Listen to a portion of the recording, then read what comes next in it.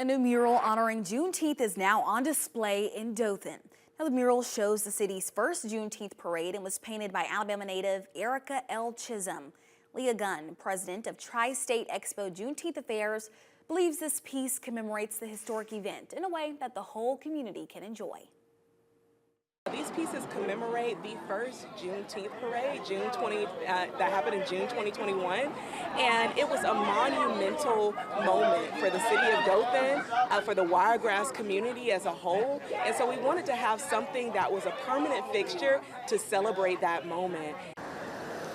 And several familiar faces celebrated today's unveiling, including Dothan Mayor Mark Saliba and former WTVY anchor Reginald Jones, who both took part in painting some of the mural.